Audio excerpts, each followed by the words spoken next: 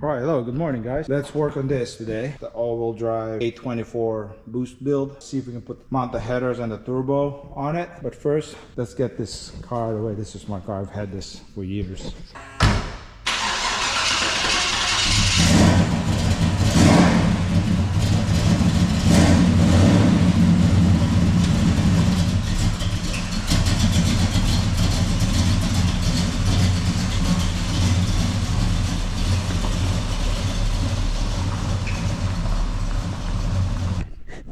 And of course, like all old Chevys, they all leak oil. Okay, the turbo we're using for this build is a Garrett. Can't remember the spec, but let's go ahead and open it up. Okay, this top of my toolbox is a little too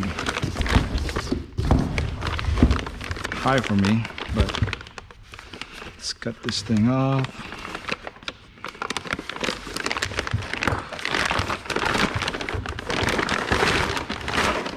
There it is.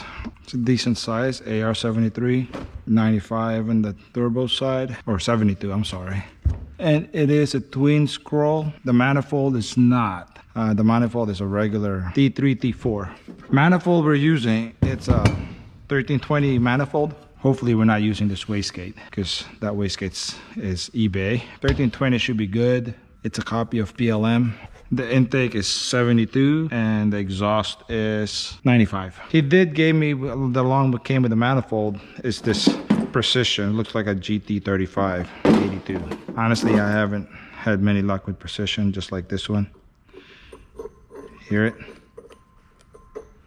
So I told him this turbo's no good, so he went ahead and got Garrett. So I'm gonna get this manifold on and the turbo, and then I'm gonna call it the day. I decided I'm gonna go ahead and put a stud on it. I was just having a hard time lining it up without the stud. Nope. Backwards. And like I said, this is probably just mock-up. Okay, got the manifold on. Let's mount the turbo. We probably have to clock it also. Pretty good size turbo. You know what, since this is easy to get to right now, let's go ahead and do that. First, let's see if we can tighten it.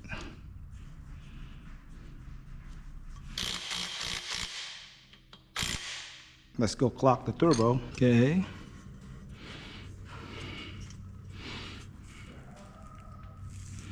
There you go.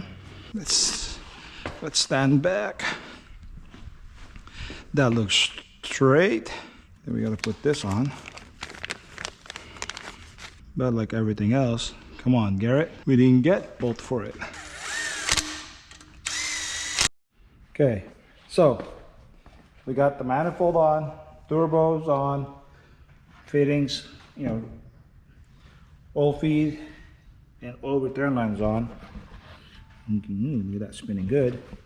So we got that. I'm gonna have to talk to him about this. I don't think we should use eBay wastegate on something like this, because if that thing were to fail, this thing's done.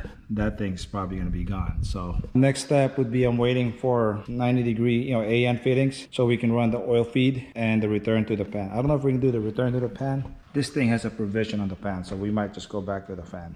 We're probably gonna mount the intermediate shaft before we do that. I gotta talk to him. We are doing a 16-volt system. If that's the case, I'm just gonna tell him to get a K2 plate for it. If you remember how much we had to take off on the stock, I think they called it water pump housing, just to fit the manifold, and we didn't run this. And this guy has an injector on the rail on the bottom. It is gonna be a dummy rail.